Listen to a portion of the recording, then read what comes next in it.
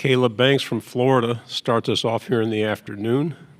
He will go straight to questions. First of all, can you tell us what kind of offseason you've had heading into this moment here? It's been a great offseason. I'm just getting better with my teammates. I'm just developing my game in all types of ways. So it's been great. What's the coaching message for this year? Spot the ball. We have any questions on the side? Right side, second row. Alex Byington on three. I know DJ's was limited this summer, but just what have you seen from him and his progress and development, and just how's he looking right now after kind of mostly sitting out this spring and summer? DJ he's a great player. DJ, he's developing every day as well, getting his body together. He's doing everything that he can to be able to be out there and help us win the team, be productive. Stay on the right side, front row. Hey, Caleb, this is Zach Sweet, Columbia, Missourian. I don't know if you're keeping tabs on Chris McClellan and what he did last year at Mizzou after transferring. You played alongside him in 2023. I just want to know, what is he like off the field, and what is your relationship with him still to this day, and what can Mizzou fans expect from him? Chris is a great player. He has a high motor. I wouldn't say we talk, but we're not like the closest. But yeah, no, we was really cool when he was here. We get along very well. But you guys should be expecting a really high motor player and a great player. We'll go to the left side on the back row. Dan Peck, ESPN 1067 in Auburn. Just describe playing for Coach Napier, and what you tell folks about him, and any sort of growth or development you've seen at a coach in your time at Florida. Yeah, no, coach. He's a great coach. He's one of the greatest coaches I've ever been with. When I was at Louisville, I didn't have much film, but when I transferred, he believed in me, and I really appreciate that. And he put me in the best spot to be able to be productive. And I'm here now at SEC Media Day, so yeah, he's a great guy. We'll go on the aisle here, fourth row. Hey, Caleb, Kyle Wood, Athlon Sports. You opted to come back for the season. I'm just curious if you could share a little bit more about your reason behind that, and if there's anything that you saw from DJ Lagway that inspired your decision to return. Yeah, it wasn't just DJ Lagway. It was the whole entire team. I wanted to come back and play with my guys. I wanted to be the first male in my family to graduate, first generation to graduate. I feel like that was very important, and just come back to get a national championship, and of course, have a higher draft stock for the NFL in the future. So yeah. Left side, third row. Yeah, Tyler Shaw with KBTX in College Station. You talked about your decision coming back, but part of that, what kind of gives you optimism about this year's squad, this year's Florida Gators, that it's going to be better than last year? We work hard every day. I watch those guys work every single day. I watch how hard they work. I watch how much work they put in and day out. The extra time that they put in. And it's the little things too as well. So I feel like it's going to be a really great year for us. We'll go on the right side, second row. Was there a time last year that, whether it was before he got put in as a starter, but that you knew DJ was going to be everything he was billed to be? Yeah, I used to watch his film in high school, man. He's a dude. Just like the little things that he do, like to critique his game, I think he's a great player. And I once he went in, we didn't have no type of doubt that he would be able to take over and be able to help us win that game. Yeah, I watch him in practice. I'm in the backfield all the time in practice with him. So I watch him. I watch how he be in practice. He's a good guy. He's a good player. You talked about improving your draft stock. What do you think you have to work on the most? My run game. I think my run game will be the biggest thing for me this year. My pass rush, honestly everything. My pad level, I think I can get improved in everything. There's always room for improvement, so just got to keep going. We'll go back here on the aisle on the fourth row. If you could raise your hand higher next time, please. Obviously, the team ended on a high note on that winning streak. How do you kind of carry that momentum from last season into a new year, and how do you also avoid the slower start that you all had in 2024? Honestly, I think it's a mindset thing. I think if we have the right mindset going into the season this year, and we have a great fall camp, we'll be able to go out and be successful this year.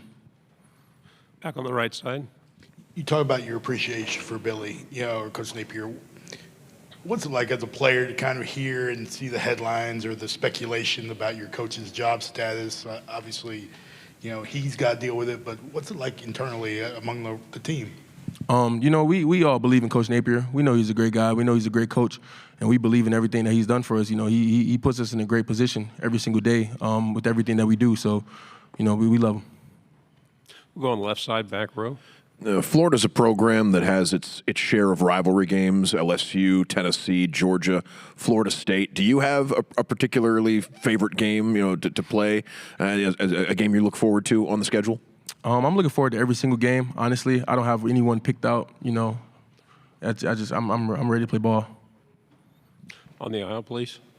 What do you remember from the Texas A&M game last year, and then how much you looking forward to going on the road this time to Kyle Field? That was a great game. We had our times. They shot at us, we shot at them. But I feel like this upcoming season, if we just be more disciplined with certain things as a defense, we can have a great year and a great game against them. Right side. Harrison Reno, UJ Sports. Caleb, what do you remember from last year's game against Georgia? And what is the team's mindset going into this year? As before Lagway went down, it looked like y'all were going to take it to him. Yeah. That was a great game. Georgia was a good game. We almost had them. I feel like we almost had them, but honestly, we just got to get them next time. There's really nothing else to say about that. We'll see them soon. So we just got to play our best game we can play. We'll go in the back. A lot's been made of how difficult it is to go into the swamp as an opposing team. What's it like playing in front of that crowd as part of the Gators? Oh no, it's crazy. It's probably the craziest environment I've ever played in. I love our fans. I love the Florida Gators. I feel like the swamp is just the best place to play at night and in the daytime. They bring it anytime, so it's amazing. Front row, please. Jacques Doucet, WAFB in Baton Rouge. What role did the LSU game play in your late resurgence last year? What did that win mean for you guys moving forward? It was a really big win for us. We wanted to be able to, to prove to everybody that we can beat a top team, and they kind of thought we couldn't. So we had to prove to ourselves and everybody else that we can do it. Simple as that. What does it feel like when you're winning and the third quarter is over and they play the song? How does that feel?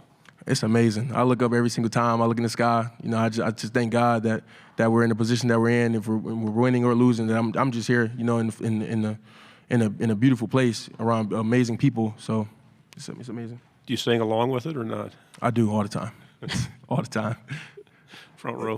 Tell us about Jack Pyburn. What kind of guy is LSU getting in him? He looks like a superhero or something. Yeah, no, Jack Pyburn, he's a dude, man. He's one of my closest friends while he's in Florida.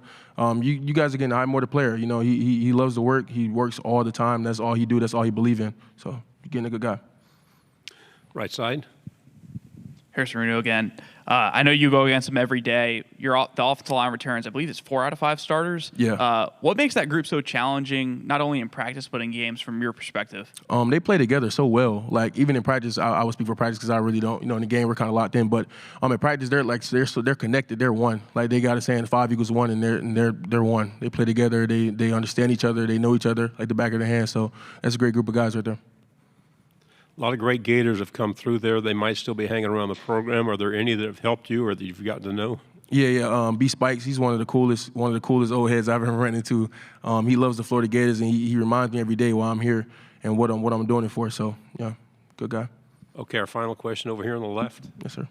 Just one ask about TJ Searcy, a former teammate transferred out. What kind of a teammate was he, and what is he like as a player? Yeah, no, TJ's a great guy. Like I said about Jack, he loves to work. He goes at it every day. He attacks it every day. He loves the game. So you guys are getting a great guy. Caleb, thank you very much. Good job. Thank you. All right. Stay healthy. Have a good year.